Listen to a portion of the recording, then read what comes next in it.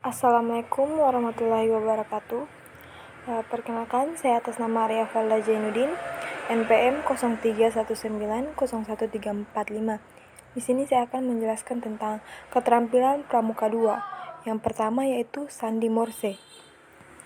Sandi Morse adalah suatu sandi yang diterapkan dengan menggunakan sebuah sistem representasi huruf dan angka, serta tanda baca sinyal. Kemudian menggunakan simbol titik dan garis yang disamping sebagai karakter tertentu, yang disusun sebagai karakter tertentu. Dalam sandi pramuka, kode Morse ini dipelajari sebagai salah satu bentuk keterampilan. Nah, bisa dilihat di samping, yaitu sandi Morse. Nah, yang kedua yaitu semapore.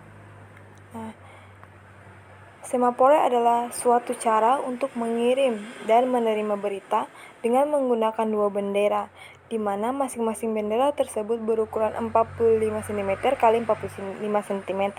Sedangkan warna yang sering digunakan adalah warna merah dan kuning, dengan warna merah selalu berada dekat tangkainya.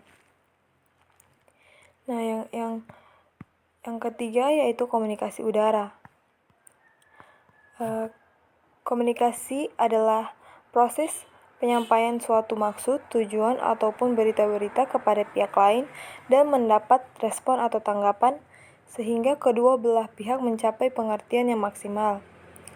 Komunikasi dapat dilakukan secara lisan, tulisan, isyarat atau tanda, dan dapat juga menggunakan misalnya radio. Komunikasi selalu memiliki peranan penting dalam menentukan keberhasilan sebuah aktivitas atau kegiatan, terlebih lagi apabila menyangkut suatu operasi darurat untuk penyelamatan jiwa atau bencana, maka peran komunikasi sangat dibutuhkan untuk menyampaikan informasi pada pihak-pihak yang berkepentingan.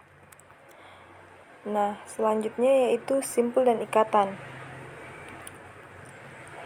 Simpul adalah bentuk ikatan pada tali yang bersifat fungsional maupun dekoratif. Macam simpul dibuat dengan puntiran, untaian, dan ikatan. Ada beberapa macam simpul sesuai dengan bentuk dan fungsinya. Dalam pramuka, macam simpul sangat penting dikenal. Macam-macam simpul diantaranya yaitu 1. Simpul hidup. Simpul hidup merupakan simpul yang digunakan untuk mengikat tiang atau benda. Simpul ini cukup mudah untuk dilepas kembali. Di dalam kehidupan sehari-hari, simpul hidup dipakai untuk mengikat hewan. Yang kedua yaitu simpul mati. Simpul mati digunakan untuk menyambung dua buah tali yang sama besar dan tidak licin atau kering. Simpul mati akan sulit untuk dilepaskan kembali karena digunakan untuk mengakhiri simpul tali. Yang ketiga itu simpul jangkar. Simpul jangkar biasanya digunakan untuk mengikat jangkar darurat atau untuk mengikat tali ember. Simpul jangkar juga berfungsi untuk menautkan tali pada benda lain dan membuat tandu. Tentu dipadukan dengan simpul dan ikatan lain. Yang keempat yaitu simpul pangkal. Simpul ini biasanya sering digunakan untuk mengawali atau mengakhiri simpul. Di dalam kehidupan sehari-hari, simpul ini dapat digunakan untuk mengikat tali kayu ataupun tongkat.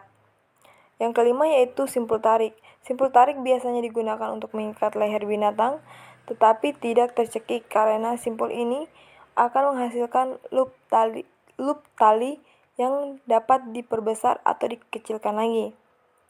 Di dalam kehidupan sehari-hari, biasanya simpul ini digunakan untuk turun ke jurang atau turun dari atas pohon. Yang keenam yaitu simpul ujung tali.